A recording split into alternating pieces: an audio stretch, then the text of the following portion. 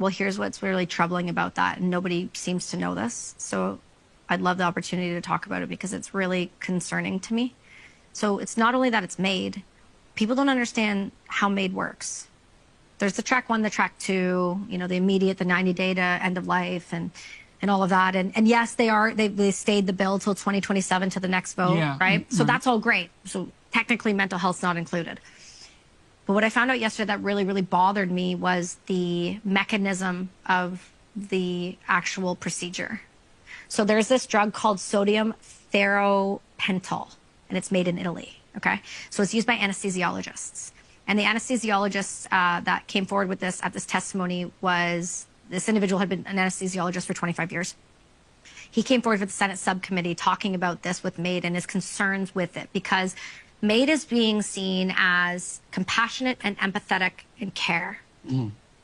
So what he did is... You know, the Nazi euthanasia program started with compassion and care, right? I'm so glad you said that because when I got to do trigonometry, we went to the war museums. And what terrified me the most was walking through the World War II portion and seeing the same verbiage. Yeah, it's the same thing. Yeah, definitely. People were telling me I was going crazy. I'm like, no, you don't understand. No, it's the same thing. It's identical. Yeah, it's exactly the same thing. The mentally ill, the people that are, So what's really... People too distressed to live. Thank you. Right, and the categories keep expanding. And that's what we're seeing, the expansion. So the sodium thiopental, which was really wild about it, is this anesthesiologist was like, it's going missing. We don't have a lot of it. We can't get it anymore all of a sudden over this past couple of years. And so he started researching it. Well, it's made in Italy, and Italy falls under the EU. And under the EU laws, you can never make a drug that is going to be used for execution. But Canada, in North America, the United States and Canada had been using it for execution in America for death penalty. So they finally caught on to that. And anesthesiologists use it as one of the first drugs pushed to put you under. But here's what's really crazy is they said, well, there's got to be more to this. So they did it's a Freedom of Information Act with the NPR, with a journalist, and they got over 300 autopsies of individuals who were executed in America. And they didn't just get the autopsy kind of overview, they were given in-depth files. And when they went through them, 85% of those bodies showed a 2 times level increase of water in the lungs. So what was happening is when this drug is pushed, it causes a drowning. And it's stated as akin to dying by waterboarding or drowning. Meaning, the reason people in Canada who are given Maid seem peaceful is because they're giving a paralytic first. So they're completely paralyzed, then this drug is administered as one of the 4, and they start drowning to death. Okay? So that means that when it's done by IV, it takes 10 to 15 minutes. That person could be literally drowning. Well, they're drowning to death, but they could be screaming if they weren't under a paralytic. They're drowning to death. We waterboarded people in Guantanamo. There's a reason we had to stop. It falls under cruel and unusual punishment. Yet we are having people like Dying with Dignity say that this falls under compassion and empathy when you're drowning people chemically to death. You found this out at the Senate hearing? No, I found this out yesterday when the Senate hearing was given to me and the transcripts were given to me. It was Dr. Joel B. Zivok, Associate Professor of Emory University and School of Medicine, the Vancouver Coastal Health Authority. So what's been happening is that case I was telling you about, Fraser Health is withholding the families. They can't see her autopsy. They're not allowing it. They won't give access. The police have tried to get it. This is the same case. This is the same, yeah. So they will not give it to the family. So Fraser Health is abetted, like literally lying and holding information back. So what's wild about this, though, is Dying with Dignity says that this is a painless death. Well, if you take Maid orally, it takes between 30 minutes to 24 hours. 24 hours of active drowning while you're under a paralytic. So the autopsies are showing that you actually drowned to death and you're waterboarded to death within your own body and you can't move or do anything about it. And that's how Dying with Dignity and the Canadian government has disguised Maid, while they're offering it to Canadian veterans instead of treatment, so they don't have to pay for their pensions, so they don't have to pay for their health care, the same way they don't have to do with that's part of the slippery slope, isn't it? Because it makes such... Well, I saw the other day, now a month ago probably, I think it was a Japanese philosopher, who said that it was incumbent on the elderly to submit themselves to government-assisted dying because of the benefits on the cost-saving side. So this is one of my favorite ones. I love this one because most people don't know this. So in 2021, they had a gross reduction in healthcare of $109.2 million. When they did Maid, they cut out another 22 million. So by the end of it all, in that year, the healthcare system, just from doing Maid instead of actually giving people palliative care, was 86.9 million alone. That's just 1 year without the spike. In 2021, it was 10,500. 2022, it's 13,000. And there's been a 30% increase since then. And a high rate is happening in British Columbia.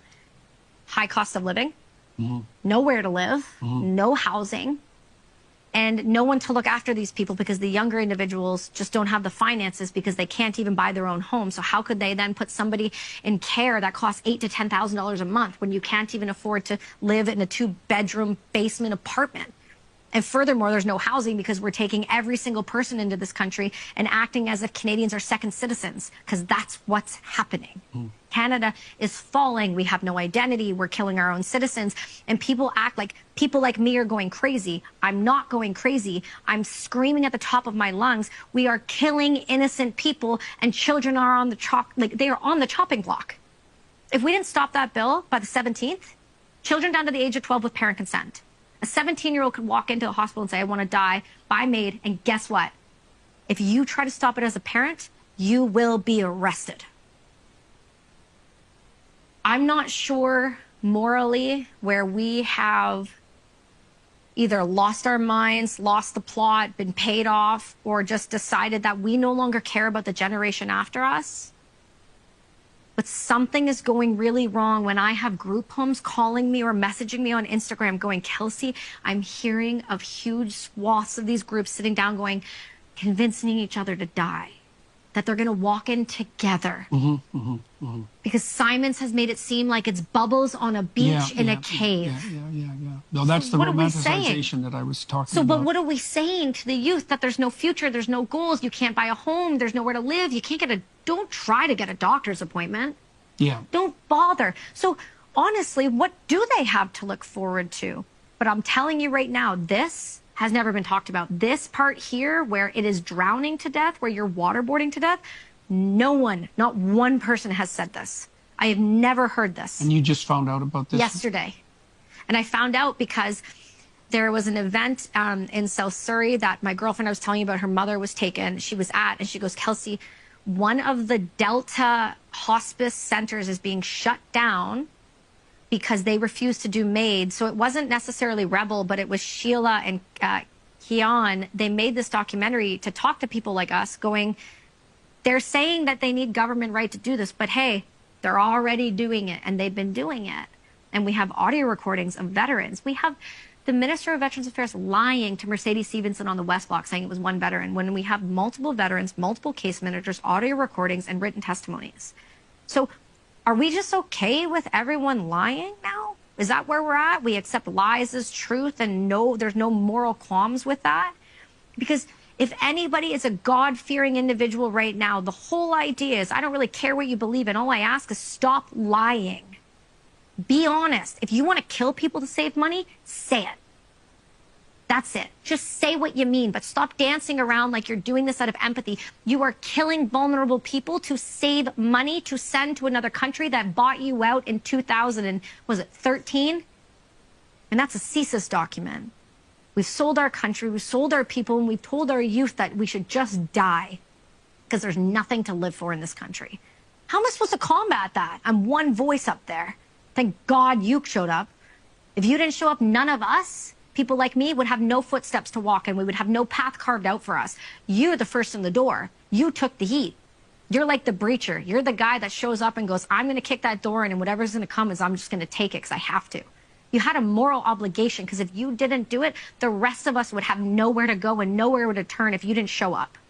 So I'm so grateful to be here, and I'm so grateful that you gave us the space, because I don't know what else to do, because I can't scream any louder. I'm loud, but I don't know what else to do anymore. We deserve better, and so do our kids, and so do our citizens. We don't deserve this. Canada doesn't deserve. No one deserves to be waterboarded to death except for the people that deserve to be waterboarded to death. And there are people that deserve to be waterboarded to death. And I can tell you right now that I've seen that done to someone. You don't wish that on anyone. You don't wish that on anyone. It would have been easier. It's easier to put bricks around my feet and go jump in the ocean than it is to die by maid. That is a terrifying way to die.